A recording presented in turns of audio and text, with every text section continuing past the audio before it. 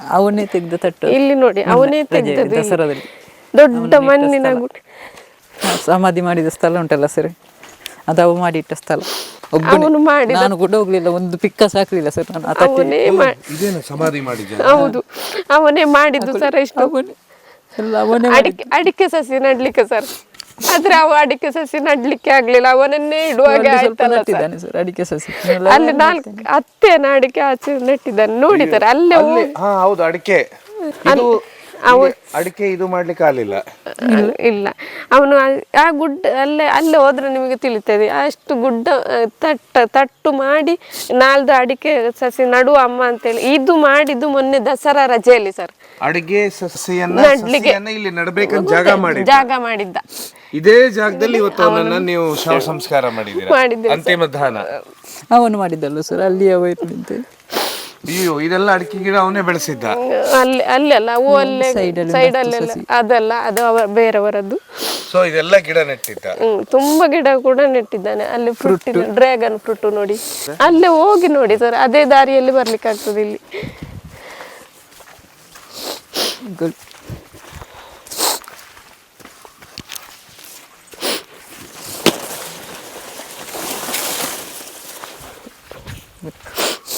ನೋಡಿ ಸರ್, ಈ ಪೈಪ್ ಅನ್ನೇ ಅವನೇ ರೆಡಿ ಮಾಡಿ ಇಟ್ಟದ್ದು. ಈ ಪೈಪ್ ಅನ್ನು ತೂತು ಮಾಡಿ ಅದರ ಒಳಗೆ ಇದು ಎಂತದು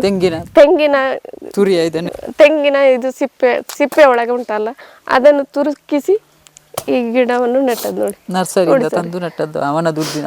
ತೂತು ಮಾಡಿದ್ದಂತ ಕೇಳಿದ್ರ ನೀವು? ತೂತು ಮಾಡಿ ಇದು ಬೇರು ಹಿಡಿಲಿಕ್ಕೆ ಅಂತ ಅದ್ರಕ್ಕೆ ಇನ್ನು ಮೇಲೆ ಹೀಗೆ ಅದಕ್ಕೆ ತೂತಿಗೆ ಮಾಡಿ ಹೀಗೆ ಚಪ್ಪರದ ಅದಕ್ಕೆ ಬೇರು, ಇದ್ರ ಬೇರನ್ನು ಹಿಡಿಲಿಕ್ಕೆಗೋಸ್ಕರ ಈ ತೂತು ಮಾಡಿದ್ದು ಅಂತ ಹೇಳಿದ್ರು. ಆಮೇಲೆ ಬೇರೆ ಏನೇನು ಹಾಕಿದ್ದ ಅವನು ಗಿಡಗಳ? ಮತ್ತೆ ಅಲ್ಲಿ ಮಾರ್ಗದ ಸೈಡ್ ಅಲ್ಲಿ 2 ಗಿಡ ಉಂಟು, ರಾಮಫಲ ಅದು ಉಂಟು. ನಿಮ್ಗೆಲ್ಲ ಗೊತ್ತು, ರಾಜ್ಯದಲ್ಲಿ ಒಂದು ನಡಿಬಾರದಂತ ದುರ್ಘಟನೆ ಮೊನ್ನೆ ಬೆಳ್ತಂಗಡಿ ತಾಲೂಕಿನ ಸಮೌಲ್ಯದಲ್ಲಿ ನಡೆಯುತ್ತೆ. ಸರ್ಕಾರಿ ಶಾಲೆಯ ವಿದ್ಯಾರ್ಥಿ, ಪ್ರತಿಭಾವಂತ ವಿದ್ಯಾರ್ಥಿ ಸುಮಂತ್ ಬೆಳಗ್ಗೆ 5 ಗಂಟೆಗೆ ಹೊರಟಂತವನು. ಅವ್ರ ಅಣ್ಣನೂ ರ್ಯಾಂಕ್ ಸ್ಟೂಡೆಂಟ್, ಅವರ ಸಹೋದರ, ತಂದೆ ತಾಯಿ ದಾರಿಯಲ್ಲಿ. ವಿಶೇಷವಾಗಿ ನಾನು ಇವತ್ತು ಅವ್ರ ಮನೆ ಹತ್ರ ಇದ್ದೇನೆ. ಆ ಚಿಕ್ಕ ವಯಸ್ಸಿನಲ್ಲೇ ಸುಮಾರು ಗಿಡ ಮರಗಳನ್ನೆಲ್ಲ ಬೆಳೆದಿದ್ದ, ಡ್ರ್ಯಾಗನ್ ಫ್ರೂಟ್ ಬೆಳೆದಿದ್ದ. ಅದೆಲ್ಲದಕ್ಕಿಂತ ಹೆಚ್ಚಾಗಿ ಅವನಲ್ಲಿ ಕೆಳಗೆ ಅವನನ್ನು ಅಂತಿಮ ಸಂಸ್ಕಾರ ಮಾಡಿದ್ದಾರೆ. ಅಂದರೆ ಕೆರೆಯಲ್ಲಿ ಬಿದ್ದಾದ ನಂತರ ಗೊತ್ತಾಗುತ್ತೆ, ತಲೆಗೇಟು ಬಿದ್ದಾಗನೇ ಗೊತ್ತಾಗೋದು ಅವನಿಗೆ ಏನೋ ನಡೆದಿದೆ ಅಲ್ಲಿ ಘಟನೆ, ಬೆಳಗ್ಗೆ 5 ಗಂಟೆಗೆ ಅನ್ನುವಂಥದ್ದು. ಇದಾಗಲೇ ನಿಮ್ಗೆ ಗೊತ್ತು, ಈಗಾಗಲೇ ಈ ಘಟನೆ 9 ದಿವಸ ಆಯಿತು. ಅಲ್ಲಿ ಕೆಳಗೆ ಅವನ ಸಮಾಧಿ ಇತ್ತು. ಯಾಕೆ ಅಲ್ಲಿ ನಾನು ಕೇಳ್ತಾ ಇದ್ದೆ ಅವ್ರ ಹತ್ರ, ಸಮಾಧಿ ಯಾಕೆ ಅಲ್ಲಿ ಮಾಡಿದ್ರ ಅಂಥೇಳಿ. ಅವ್ರು ಹೇಳ್ತಾ ಇದ್ರು ಅದನ್ನೇ, ಅಲ್ಲಿ ಸುಮಾರು ಗಿಡಗಳನ್ನು ನೆಟ್ಟಿದ್ದ, ಈ ರೀತಿ ಸುಮಾರು ಗಿಡ ಮರಗಳ ಆವಿಷ್ಕಾರವನ್ನು ಮಾಡಿದ್ದ ಅನ್ನುವಂಥದ್ದು. ಅವರ ತಂದೆ ತಾಯಿ ಇಲ್ಲೇ ಇದ್ದಾರೆ, ಸುಮಂತ್ ಅವ್ರ ತಂದೆ ತಾಯಿ. ಅವ್ರ ಹತ್ರನೇ ಕೇಳ್ತಾ ಹೋಗೋ, ಅವನು ಬೇರೆ ಎಲ್ಲ ಏನು ಆ್ಯಕ್ಟಿವಿಟಿ ಮಾಡ್ತಿದ್ದ. ಒಂದು ಮಗುವಿನ ಜೀವನ ಅಂದರೆ ಒಂದು ಪೂರ್ತಿ ಗ್ರಾಮೀಣ ಪ್ರದೇಶ, ಇದು ಕಾಡಿದೆ ಅಲ್ಲಿ, ಗ್ರಾಮೀಣ ಪ್ರದೇಶ. ಇಂಥ ಪರಿಸ್ಥಿತಿಯಲ್ಲಿ ಇಲ್ಲಿ ಯಾವ ರೀತಿ ಅಂತ ಹೇಳಿದರೆ ಎಷ್ಟೊಂದು ಸಮಸ್ಯೆಗಳು ಎದುರಿಸಬೇಕಾಗುತ್ತೆ ಅನ್ನುವಂಥದ್ದು ಬಹುದೊಡ್ಡ ಪ್ರಶ್ನೆ ಆಗಿದೆ. ಆದರೆ ನಿಮಗೆ ಇವತ್ತಿನವರೆಗೂ ಯಾರ ಮೇಲೂ ಡೌಟ್ ಇಲ್ಲ. ಅದಾದ್ಮೇಲೆ ಇದೆಲ್ಲ ಬೆಳೆಸಿದ್ದ, ಬೇರೆ ಏನೇನು ಗಿಡಗಳು ಬೆಳೆಸಿದ್ದ? ಇದೆಲ್ಲ ನೋಡಿ ಅದು ದಸರಾ ರಜೆಯಲ್ಲಿ ಮೊನ್ನೆ ಮಾಡಿದ್ದು ಆ ತಟ್ಟು. ಇದು ದಸರಾ ರಜೆಯಲ್ಲೇ ನೆಟ್ಟದ್ದು ಅವರು ನೆಟ್ಟದ್ದು. ಮತ್ತೆ ಎಲ್ಲ ಗುಡ್ಡೆಯಲ್ಲಿ ಒಂದು 6-7 ಮರ ಕಡ್ದು ಅವನೇ ಅಲ್ಲಿ ಕೂಡ ಒಂದು 5-6 ಬಗೆಯ ಫ್ರೂಟು ಮಾಡ್ತಾನೆ ಇರ್ತಾನೆ. ಇದರ ಒಟ್ಟಿಗೆ ಕಲಿಯುವುದು ಆ ರೀತಿಯ ಪ್ರಾಡಕ್ಟ್ ಕತ್ತಲಾದ್ಮೇಲೆ ಹಾಗಲೇನಾದ್ರು ಸ್ವಲ್ಪ ಹೊತ್ತಿದ್ರೆ ಇದನ್ನು ರಜೆಯಲ್ಲಿ, ಆದಿತ್ಯವಾರ ರಜೆಯಲ್ಲಿ ಇದನ್ನೆಲ್ಲ ಮಾಡ್ತಾ ಇರ್ತಾನೆ. ಊರಿನಲ್ಲಿ ಅವನಿಗೆ ಯಾರು ದೊಡ್ಡವರು ಫ್ರೆಂಡ್ಸ್ ಅಂತಿದ್ರು?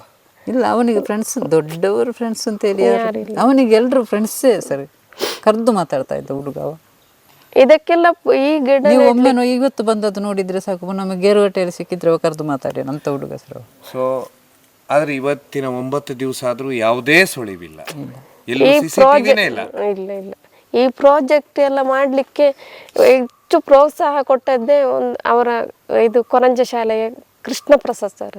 ಹೀಗಾಗಿ ಅಷ್ಟೊಂದು ಅವನು ಒಂದು ಹಳ್ಳಿ ಒಂದು ಇಲ್ಲ ಇದ್ರೂ ಇದೆಲ್ಲ ಕಲ್ತಿದ್ದ, ಇದೆಲ್ಲ ಮಾಡುವಂಥದ್ದು ನೋಡ್ಬೋದು ನೀವು. ಒಂದು ಸರ್ಕಾರಿ ಶಾಲೆಯ ವಿದ್ಯಾರ್ಥಿ ತನ್ನದೇ ತೋಟ ಬೆಳೆಸಿದ್ದ, ತನ್ನದೇ ಅಡಿಕೆ ಮರಗಳನ್ನೆಲ್ಲ ಬೆಳೆಸಿದ್ದ. ಡ್ರ್ಯಾಗನ್ ಫ್ರೂಟ್ ಅದು ಇಲ್ಲಿ ಇದನ್ನೆಲ್ಲ ಎಲ್ಲಿಂದ ತಂದಂತೆ ಇದನ್ನ? ಕೃಷ್ಣ ಪ್ರಸಾದ್ ಸರ್ ಸರ್ ಒಟ್ಟಿಗೆ ಹೋಗಿ ಅವನು ಇವರು ಹೋಗಿ ತಂದ ಸರ್. ಏನಾದ್ರೂ ಒಂದು ಒಬ್ಬ ಬಂದಿದ್ದೇನೆ ಗೊತ್ತಾಗ್ಲಿ ಪದ ಹೇಳಿಕೊಂಡು ಮೆಟ್ಲಿಂದಲೇ ಅಲ್ಲಿಂದಲೇ ಪದ ಹೇಳಿಕೊಂಡು ಮತ್ತೆ ನಾಯಿ ಎಲ್ಲ ಇದ್ರೆ ನಾಯಿಯನ್ನು ಕರೆದುಕೊಂಡು ಹಾಗೆಲ್ಲ ಬರ್ತಾನೆ ಅವನು. ನಮಗೆ ಗೊತ್ತಾಗ್ಲಿಕ್ಕೆ ಒಳಗಿರುವಾಗ ನಾನು ಬಂದೇನೆ ಅಂತೇಳಿ ತಿಳಿಸ್ಕೋಸ್ಕರ ಹಾಗೆ ಮಾಡ್ತಾನೆ. ಇಲ್ಲಿ ಎಷ್ಟು ಎಲ್ಲಾ ಮನೆಗಳಲ್ಲೂ ನಾಯಿ ಇದಾವ? ಇದ್ದೆ ಬೆಳಿಗ್ಗೆ ಯಾವ್ದಾದ್ರು ನಾಯಿ ಕಿರ್ಚಾಡ? ಇಲ್ಲ, ಈ ವಟಾರದಲ್ಲಿ ಯಾವ ನಾಯಿ ಸಹ ಕಿರ್ಚಾಡಿದ್ದು ನಮಗೆ ಕೇಳಲೇ ಇಲ್ಲ. ನಾನು ಫಸ್ಟಿಗೆ ಗ್ರಹಿಸಿದೆ ಏನಾದ್ರು ಮೃಗ, ಇದು ಚಿರತೆ ಅಂತ ಅಲ್ಲ, ಎಲ್ಲರೂ ಹೇಳುವಾಗ ಚಿರತೆ ಏನಾದ್ರೂ ಮೃಗ, ಇದು ಹಂದಿ ಏನಾದ್ರೂ ಮೃಗ ಅವನನ್ನು ಇದು ಅಟಿಸ್ಕೊಂಡು ಹೋಗಿರ್ಬೋದು ಅಂತ ಅನಿಸಿತ್ತು ನನಗೆ. ಆದ್ರೆ ಮತ್ತೆ ನೋಡುವಾಗ ಬ್ಲಡ್ ಕಂಡಿತ್ತು ನನಗೆ. ಬ್ಲಡ್ ಕಾಣುವಾಗ ಇದೆ ಬ್ಲಡ್ ಎಲ್ಲ ನೋಡಿ ಆಗುವಾಗ ಮತ್ತೆ ಏನೇನೋ ಇದು ತಲೆಯಲ್ಲಿ ಏನೆಲ್ಲೋ ಎಲ್ಲ ಆಲೋಚನೆಗಳು ಓಡಾಡ್ತಾ ಇತ್ತು. ಮತ್ತೆ ಬಾಡಿ ಹೊರಗೆ ತೆಗೆಯುವಾಗ ಗಾಯ ಕಂಡು ಇದು ಯಾರೋ ಮರ್ಡರ್ ಮಾಡಿ ಹಾಕಿದ್ದು ಅಂತೇಳಿ, ಕೊಲೆ ಮಾಡಿ ಹಾಕಿದ್ದು ಅಂತೇಳಿ ಅನುಮಾನ ಕೂಡ ಆಯ್ತು ನನಗೆ.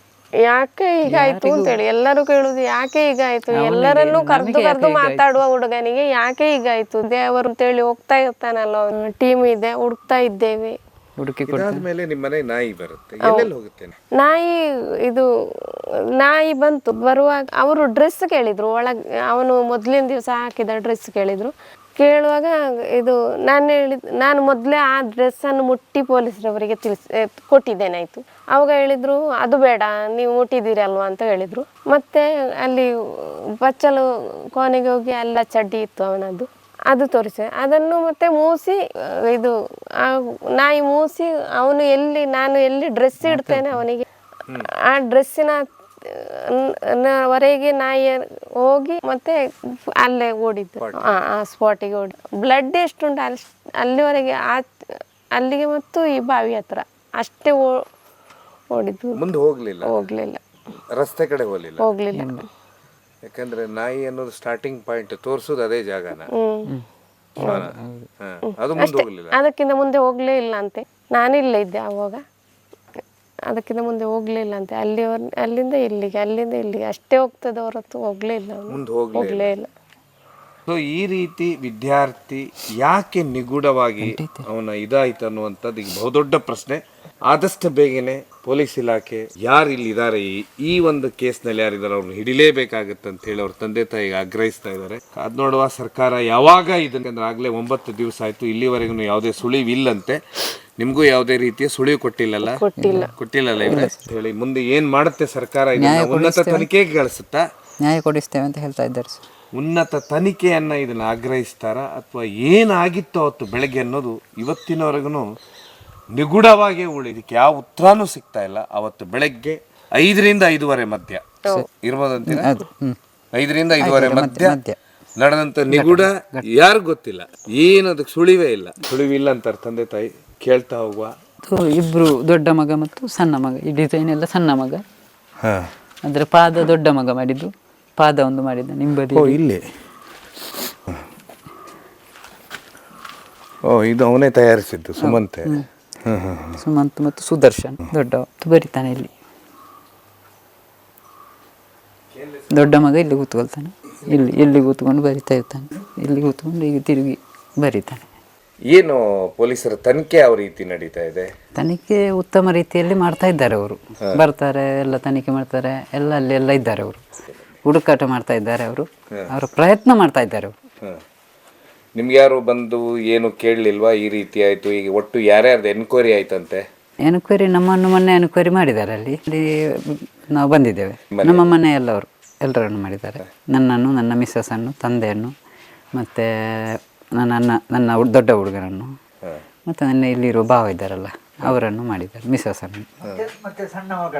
ಊರಿನವ್ರನ್ನ ಯಾರು ಮಾಡಿಲ್ವಾ? ನಮಗೆ ಗೊತ್ತಿಲ್ಲ. ಇಲ್ಲಿ ಯಾರನ್ನು ಮಾಡಿಲ್ವಾ ಊರಿನಲ್ಲಿ?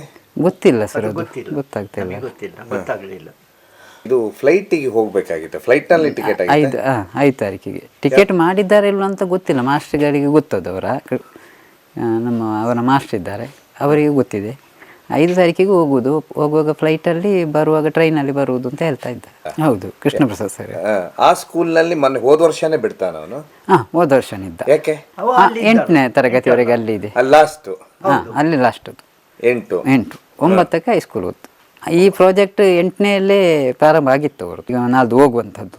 ನದಿಯಲ್ಲಿ ಕಸ ಬಿದ್ದರೆ ಇದ್ರೆ ಮೇಲೆ ಪ್ಲಾಸ್ಟಿಕ್ ತ್ಯಾಜ್ಯವನ್ನು ಮೇಲೆ ಹಾಕುವಂಥದ್ದು, ನೀರನ್ನು ಮಾತ್ರ ಫಿಲ್ಟರ್ ಮಾಡಿ ಬಿಡ್ತದೆ. ಇದಾದ ಮೇಲೆ ನಿಮಗೆ ಯಾರ ಮೇಲೆ ಸಂಶಯ ಇದೆ? ಯಾಕಂತ ಹೇಳಿದ್ರೆ ಅವತ್ತಿನ ದಿವಸ ಕಳ್ಳರು ಬಂದಿದ್ದಾರೆ ಈ ಊರಿಗೆ. ಗೊತ್ತಿಲ್ಲ ಸರ್ ಯಾವುದು. ಊರವ್ರು ಏನ್ ಹೇಳ್ತಾರೆ? ಊರವರು ಕೂಡ ಯಾರಿಗೂ ವಿಷಯವೇ ಗೊತ್ತಿಲ್ಲ ಅಂತ ಹೇಳ್ತಾ ಇದ್ದಾರೆ. ಕಳ್ಳರು ಬಂದಿಲ್ಲ, ಬಂದಿಲ್ಲ, ಯಾರು ಮಾತಾಡುವುದಿಲ್ಲ. ಬಂದಿದ್ದಾರೆ ಇಲ್ಲೋ ನಮಗೇನು ಗೊತ್ತು, ಯಾರು ಯಾರು ಹೇಳುವುದು ನಾನು ಕೇಳಲಿಲ್ಲ. ಮತ್ತೆ ಬಂದಿದ್ದಾರೆ ಇಲ್ಲೋ ಅಂತ ನಮಗೆ ಗೊತ್ತಿಲ್ಲ. ನಾವು ಅಲ್ಲಿ ಮೇಲೆ ರಾತ್ರಿ ಎಲ್ಲಿಯೂ ತಿರುಗಾಡುವುದು ಇಲ್ಲ. ಬೆಳಿಗ್ಗೆ ರಾತ್ರಿ 10 ಗಂಟೆ ಮೇಲೆ ಜನ ತಿರುಗಾಡ್ತಾರೆ. ಇಲ್ಲ, ನಾವು ಮಲಗುವಾಗ ನಾವು 8 ಗಂಟೆಯಿಂದ ನಂತರ ಎಲ್ಲಿಗೂ ಹೋಗುದಿಲ್ಲ, ಹೊರಗೆ ಹೋಗುದಿಲ್ಲ, ಇದೇ ಅಂಗಳದಲ್ಲಿ ಇರ್ತೇವೆ ಅಷ್ಟೇ. ಮತ್ತೆ ಇಲ್ಲಿ ಏನಾದರೂ ಕೆಲಸ ಮಾಡಿಕೊಂಡು 9 ಗಂಟೆವರೆಗೆ ನಾನು ಅಂಗಳದಲ್ಲಿ ಕೆಲಸ ಮಾಡಿಕೊಂಡೆಲ್ಲ ಇರ್ತೇನೆ, ಕಸ ಗುಡಿಸ್ತಾ ಎಲ್ಲ ಇರ್ತೇನೆ ನಾನು ಅಂಗಳದ್ದು. ಮತ್ತೆ ಹೋಗಿ ನಾನು ಸ್ನಾನ ಮಾಡ್ತೇನೆ. ಅದರ ನಂತರ ತಂದೆ ಸ್ನಾನ ಮಾಡ್ತಾರೆ ಲಾಸ್ಟಿಗೆ, ಮತ್ತೆ ಊಟ ಮಾಡ್ತೇವೆ. 10 ಗಂಟೆಗೆ 10:30 11 ಗಂಟೆ ಒಳಗೆ ನಾವು ಮಲಗ್ತೇವೆ. 10 ಗಂಟೆಗೆ ಹೆಚ್ಚು ನಾವು ಮಲಗ್ತೇವೆ. ಅಂದರೆ ಪೀಸು ಇಲ್ಲಿ ಕರೆಂಟ್ ಬಿಲ್ ಕಟ್ಟಬೇಕು. ಜಾಸ್ತಿ ಆದರೆ 11 ಗಂಟೆ ಮಲಗ್ತೇವೆ. ನಿಮಗೆ ಯಾರ ಮೇಲೇನೋ ಸಂಶಯ ಅಥವಾ ಇಲ್ಲ ಸರ್, ನನಗೆ ಯಾವುದು ಕಾಣ್ತಾ ಇಲ್ಲ ಸರ್. ನನಗೆ ಯಾರಲ್ಲಿ ದ್ವೇಷ ಇಲ್ಲ. ಅವನಿಗೆ ಯಾರ ಮೇಲಾದ್ರೂ ಇತ್ತ? ಇಲ್ಲಪ್ಪ, ಅವ ಅಂತ ಇದುವೇ ಇಲ್ಲ. ಅಲ್ಲ, ಅವನಿಗೆ ಯಾರಾದ್ರೂ ದ್ವೇಷ ಮಾಡ್ದಂಥವ್ರು ಇದ್ರೆ? ಇಲ್ಲ, ನನ್ನ ಗೊತ್ತಲ್ಲಿಲ್ಲ ಸರ್. ಆ ಬ್ಯಾಟ್ರಿ ಅಂತಾರಲ್ಲ, ಬ್ಯಾಟ್ರಿ ಹೇಗಿತ್ತದು? ದೊಡ್ಡದಿತ್ತ ಚಿಕ್ಕದಿತ್ತ? ಯಾವುದು ಲೈಟಾ? ಸಣ್ಣದು, ಈ ತಲೆಗೆ ಕಟ್ಟಿಕೊಂಡು ಮೊದಲು ಹೋಗ್ತಾ ಇದ್ರು ಆ ರೀತಿಯ ಲೈಟ್. ಅದು ಹಳತ್ತು. ಇಷ್ಟಾಗಿದ್ದ ಬ್ಯಾಟ್ರಿ ನಮ್ಮ ಇದಕ್ಕೆ ಎಲ್ಲ ಇದು ಪ್ರಾಜೆಕ್ಟಿಗೆಲ್ಲ ಬಳಸ್ತಾರಲ್ಲ ಸರ್, ಸೈಕಲ್ಗೆ ಲೈಟ್ ಫಿಟ್ ಮಾಡ್ಲಿಕ್ಕೆಲ್ಲ ತುಂಬಾ ಶಾರ್ಪ್ ಆಗಿ ಬೀಳ್ತಾ ಇತ್ತು. ಬೀಳ್ತಾ ಇತ್ತು. ಆ ಬೆಳಗ್ಗೆ ಹೊರಡುದು ಯಾವ ಜಾಗದಿಂದ? ಬೆಳಿಗ್ಗೆ ಹೊರಡುದು ಇಲ್ಲಿಂದ. ಈ ಬಾಗಿಲಲ್ಲಿ ಬರುವುದಿಲ್ಲ, ಅಂದರೆ ಅದು ಚಿಲ್ಕ ಗಟ್ಟಿ ಇದೆ. ಆ ಬಾಗಿಲಿಂದ ಚಿಲ್ಕ ಗಟ್ಟಿ ಇದೆ, ಅದು ಸೌಂಡ್ ಬರ್ತದೆ. ಈ ಬಾಗಿಲಿಂದ ಬರ್ತಾನೆ ಅವ ಸ್ನಾನ ಮಾಡಿ. ಹಿಂಬಾಗಿಲಿಂದ ಹೊರಡೋದು. ಹಾಂ, ಹಿಂಬಾಗಿಲಿಂದ ಇಲ್ಲಿಂದ ಹೊರಡೋದು. ಅವತ್ತು ಎಷ್ಟು ಗಂಟೆಗೆ ಹೊರಟಂತೆ? ಅವರು ಒಂದು ದಿವಸ ಮೊದಲು ಹೇಳಿದ್ದವ. ನಾಳೆ ಬೆಳಿಗ್ಗೆ ನಾನು ಬೇಗ ಹೋಗ್ತೇನೆ, 5 ಗಂಟೆಗೆ ಹೋಗ್ತೇನೆ. 5:15 ಅಲ್ಲಿಂದ ಸೈಕಲ್ ಹತ್ರದಿಂದ ಲೈಟ್ ಫಿಟ್ ಮಾಡಿ 5:15 ಆಗ್ತದೆ, ಅಲ್ಲಿ ಹುಡುಗರು ಬರ್ತಾರೆ, ಒಟ್ಟಿಗೆ ಹೋಗ್ತೇವೆ ಅಂತ ಹೇಳಿದ್ದಾನೆ. ಅಂದ್ರೆ ಅದ್ರ ಹಿಂದೆ ಎಷ್ಟು ಸರಿ ಹೋಗಿದ್ದವನು? ಅದರ ಹಿಂದೆ 2 ಸಲ ಹೋಗಿದ್ದ. ಬೆಳಿಗ್ಗೆ 5 ಗಂಟೆಗೆ ಹೋಗ್ತಾನೆ, 6:45 7 ಒಳಗೆ ಬರ್ತಾನೆ. ಇಲ್ಲಿ ಅವತ್ತು ಯಾರು ಕದ್ದಿಲ್ಲ? ಇಲ್ಲ ಇಲ್ಲ ಇಲ್ಲ, ಇಲ್ಲಿ ಬಿಟ್ಟು ನನ್ನ ತೋಟದಲ್ಲಿ ಕೂಡ ಇದುವರೆಗೂ ಕದ್ದದ್ದು ಗೊತ್ತಿಲ್ಲ ನನಗೆ. ಎಲ್ಲಿ? ಇಲ್ಲಿ ಎಲ್ಲಿಯೂ ಇಲ್ಲ. ಅವನು ಹೋಗೋ ರಸ್ತೆ ಇದನ್ನ ಅದೇ ನೀರು. ಅದಾದ್ಮೇಲೆ ಅವತ್ತು ನಾನು ಫಸ್ಟಿನ ದಿವಸ ಬರುವಾಗ ನಾನು ಅಲ್ಲಿದ್ದೆ ಸರಿ, ಅಲ್ಲ ಕೆಳಗೆ ಬೆತ್ತದಲ್ಲಿ. ಎಲ್ಲಿವರೆಗೆ ಬಂತಂತೆ ನಾಯಿ? ಈಗೆಲ್ಲ ನಾಯಿ ಇದೆ ಪ್ರಶ್ನೆ ಈಗ. ಹೌದು, ನಾಯಿ ಬಂತಂತೆ, ಸೀದಾ ಬಂದು ಇಲ್ಲಿ ಒಂದು ರೌಂಡ್ ಹಾಕಿತ್ತಂತೆ, ಮತ್ತೆ ಸೀದಾ ಹೋಯ್ತಂತೆ. ಅವನ ಬಟ್ಟೆ ಸ್ಮೆಲ್ ಏನಾದ್ರು ತಗೊಳ್ತ? ಅವನ ವಾಸನೆ ಬೇಕಲ್ಲ ಅದಕ್ಕೆ. ಅದೇ ಅವ ಬಚ್ಚಲ್ ರೂಮ್ ಅಲ್ಲಿ ಹೊರಟದ್ದಲ್ಲ ಸರಿ, ಅಲ್ಲಿ ಬಚ್ಚಲ್ ರೂಮಲ್ಲಿ. ಅಲ್ಲಿವರೆಗೆ ಬಂತು, ಸುತ್ತ ಇಲ್ಲಾಗ ಅಲ್ಲಿವರೆಗೆ ಬಂತು, ವಾಪಸ್ ರಿಟರ್ನ್ ಬಂತು. ಇಲ್ಲಿಂದ ಇಲ್ಲೇ ಬಂದ್ಬಿಡ್ತು. ರಿಟರ್ನ್ ಬಂದ್ಬಿಡ್ತು. ಮುಂದೆ ಅದು ಎಲ್ಲಿ ಹೋಯ್ತಂತೆ? ಮುಂದೆ ಬಂದು ಅಲ್ಲಿವರೆಗೆ ಬ್ಲಡ್ ಇದ್ದಲ್ಲಿವರೆಗೆ ಹೋಯ್ತು, ಪುನಃ ಬಂದು ಆ ನಂತರ ಅವನು ಬೆಳಗ್ಗೆ ಇದೇ ರೋಡಲ್ಲಿ ಹೊರಡ್ತಾನೆ, ಇದೇ ತೋಟದಲ್ಲಿ. ಇದೇ ತೋಟದಲ್ಲಿ ಇಲ್ಲೇ ಬರುದು. ಅವಾಗ ಶಾಲೆ ಬಿಟ್ಟು ಬರುವಾಗಲೂ ಇಲ್ಲೇ, ಅಲ್ಲೇ ಬರಲ್ಲ ಅವ. ಅಲ್ಲಿ ಸಾವಿರಾರು ಜನ ಇದ್ರು ತೋಟದಲ್ಲಿ, ಎಲ್ಲ ಜನ ಇದ್ರು, ಫುಲ್ ಇದ್ರು. ಹಾಂ, ಇಲ್ಲಿ ಹೋಗ್ತಾನೆ, ಇಲ್ಲಿಂದ ಹಿಡಿದು ಹೋಗುದು ಅವನು. ಸೊ ಅವತ್ತು ಬೆಳಗ್ಗೆ ಅವ್ರ ಮನೆಯಿಂದ ಹೇಗೆ ಹೊರಡುತ್ತಾನೆ, ಹೊರಟಂಥ ವಿದ್ಯಾರ್ಥಿ ಯಾವ ರೀತಿ ಇರುತ್ತೆ ಸರ್? ಇಲ್ಲಿ 5 ಗಂಟೆಗೆಲ್ಲ ಬೆಳಗ್ಗೆ ಬಿದ್ದು ಬಿಡುತ್ತೆ? ಇಲ್ಲ ಸರ್, ಬೀಳುದಿಲ್ಲ, ಬೀಳುದಿಲ್ಲ, ಫುಲ್ ಕತ್ಲು ಇರ್ತದೆ. ಆ ಬ್ಯಾಟ್ರಿಯನ್ನು ಅವನೇ ಆವಿಷ್ಕಾರ ಮಾಡಿದ್ದ? ಅವನೇ ಮಾಡಿದ್ದು. ಅಂದರೆ ಹಳತ್ತು ಟಾರ್ಚ್, ಅದು ನಾನು ತಂದದ್ದು ಟಾರ್ಚ್ ಹಳತ್ತದು, ಅದು ಯೂಸ್ ಆಗ್ತಿರ್ಲಿಲ್ಲ. ಮತ್ತು ಅವನೇ ಬ್ಯಾಟ್ರಿ ಎಲ್ಲ ಹಾಕಿ ಅವನು ಅದನ್ನು ಸರಿ ಮಾಡಿ ಅವನದ್ದು ಇದರಲ್ಲಿ. ನನಗೆ ಎಲ್ಲರ ಹತ್ರ ಒಳ್ಳೆಯದರಲ್ಲಿ ಇದ್ದೇವೆ ನಾವು, ಎಲ್ಲರೂ ಬರ್ತಾರೆ, ಎಲ್ಲರೂ ಮಾತ್ರ ಎಲ್ಲರ ಹತ್ರ ಒಳ್ಳೆ ರೀತಿಯಲ್ಲಿ ಇದ್ದೇವೆ ನಾವು. ಯಾರ ತಂಟೆಗೆ ನಾವು ಹೋಗುವುದೂ ಇಲ್ಲ. ಈ ರಸ್ತೆಯಲ್ಲಿ ಯಾರು ಹೋಗುವುದಿಲ್ಲ. ಅಲ್ಲೇನಾದ್ರೂ ಕಳ್ಳರು ಅಥವಾ ಬೇರೆ ಯಾರಾದ್ರೂ ನೋಡಬಾರ್ದಂತ ಘಟನೆ ನೋಡಿದ್ ನಾವು? ಗೊತ್ತಿಲ್ಲ, ಹೇಳಿಲ್ಲ ಸರ್, ಅವ ಯಾವುದನ್ನು ಹೇಳಿಲ್ಲ ನಮಗೆ. 7 ಗಂಟೆ 6:45 7 ಗೊತ್ತಾಗಿದೆ. 7 ಗಂಟೆಗೆ ಇದೇ ರಸ್ತೆಯಲ್ಲಿ ಹೋಗುದು? ಇದೇ ರಸ್ತೆ.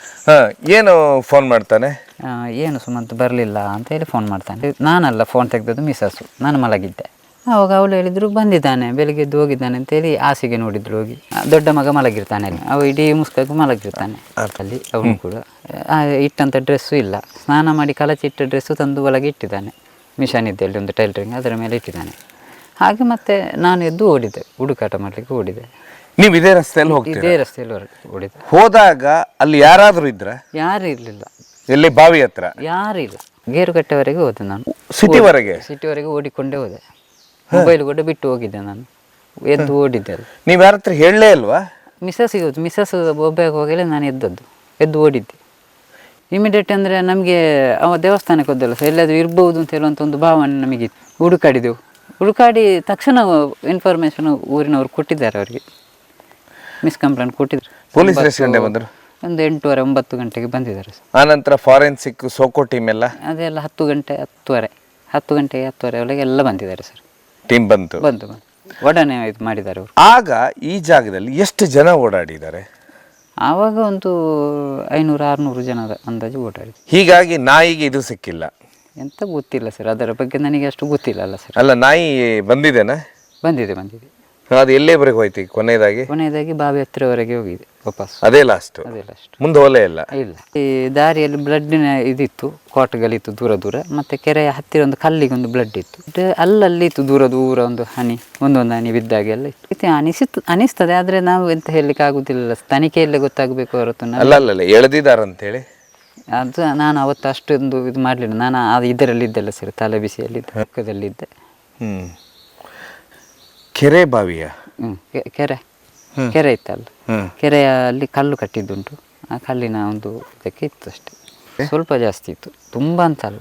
ಉಳಿದ ಕಡೆ ಎಲ್ಲ ಹನಿ ಏಟೆಲ್ಲ ಎಲ್ಲಿ ಬಿದ್ದಿತ್ತು? ಏಟು ನಾನು ನೋಡುವಾಗ ತಲೆಗೆ ಮುಂಭಾಗ ಮತ್ತು ಹಿಂಭಾಗದಲ್ಲಿ ಇತ್ತು. ಅವ್ರು ನನ್ನ ಎದುರೇ ಪೊಲೀಸ್ನ ಮೇಜರ್ ಮಾಡ್ತಾ ಇದ್ರು ಸರ್. ಅವಾಗ ನಾನು ಆ ಬ್ಯಾನರ್ ಕೂಡ ನಾನು ತಿರುಗಿ ನೋಡುವುದಿಲ್ಲ, ಗೇರುಗಟ್ಟೆಯಲ್ಲಿ ಹಾಕಿದ್ದು ನನಗೆ ಆಗ್ತಾಯಿಲ್ಲ. ಅವನ ಪುಸ್ತಕದ ಫೋಟೋ ಎಲ್ಲ ತೆಗೆದಿದ್ದೇನೆ ನಾನು.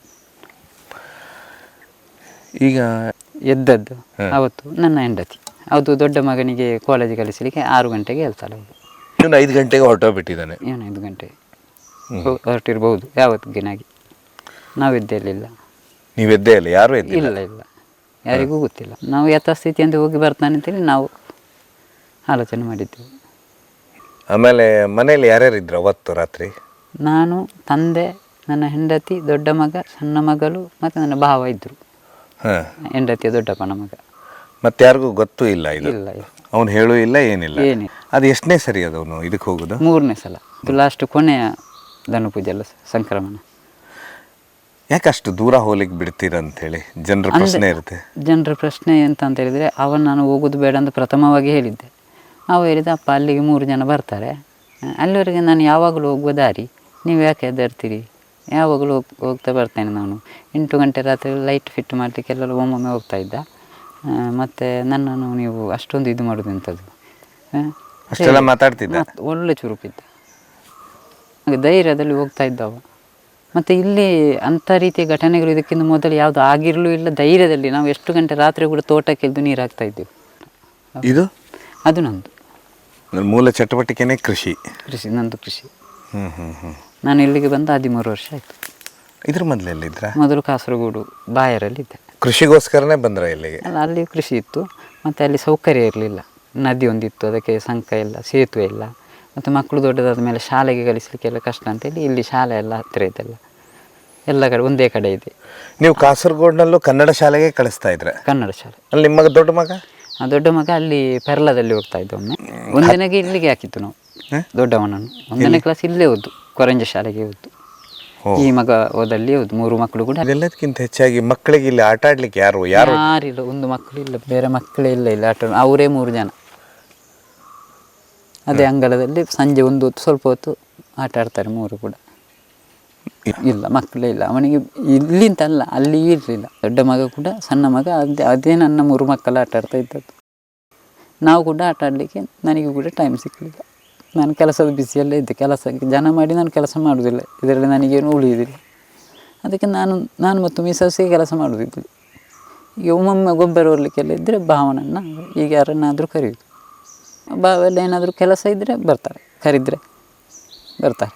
ಹುಟ್ಟಿದಾಗಿನಿಂದ ಹೇಗೆ ಸ್ಪೀಡ್ ಓದೋದ್ರಲ್ಲಿ? ಸ್ಪೀಡ್ ಇದ್ದ, ಹುಟ್ಟಿದಿಂದಲೇ ಸ್ಪೀಡ್, ಎಲ್ಲದರಲ್ಲೂ ಹುಟ್ಟಿನಿಂದಲೇ ತೊಂದರೆ. ಫ್ರೆಂಡ್ಸ್ ಎಷ್ಟು ಜನ ಇದ್ದರು? ಅದು ಅವನಿಗೆ ತುಂಬ ಜನ ಫ್ರೆಂಡ್ಸ್ ಇಲ್ಲ. ಶಾಲೆಯಲ್ಲಿ 4-5 ಜನ ಮಕ್ಕಳು, ಮತ್ತು ಎಲ್ಲರ ಹತ್ರ ಇದ್ದಿಲ್ಲ, ಹಾಗೆ ಇರಲಿಲ್ಲ. ಮಾತಾಡ್ತಾ ಇದು ಮಾಡ್ತಾ ಇದ್ದ. ಮಾಸ್ಟರ್ಗಳಿಗೆಲ್ಲ ಅತ್ಯುತ್ತಮ ವಿದ್ಯಾರ್ಥಿಯಾಗಿದ್ದ. ಏನು ಹೇಳ್ತಾ ಇದ್ದ ನಿಮ್ಮ ಹತ್ರ ಮುಂದಿನ ಕನಸಿನ ಬಗ್ಗೆ ಅವನು? ಮುಂದಿನ ಕನಸು ಅದೇ, ನಾನು ಅಣ್ಣನಾಗಿ ಇಂಜಿನಿಯರಿಂಗ್ ಮಾಡ್ತೇನೆ, ಅದರ ಅಡಿಯಲ್ಲಿ ಈ ಬಗ್ಗೆ ವಿಜ್ಞಾನಿಯಾಗಿ ಒಂದು ಕೆಲಸ ಮಾಡ್ತೇನೆ, ಹೊಸತ್ತು ಕಂಡು ಹಿಡಿಬೇಕು ಅಂತ ಹೇಳ್ತಾ ಇದ್ದೆ.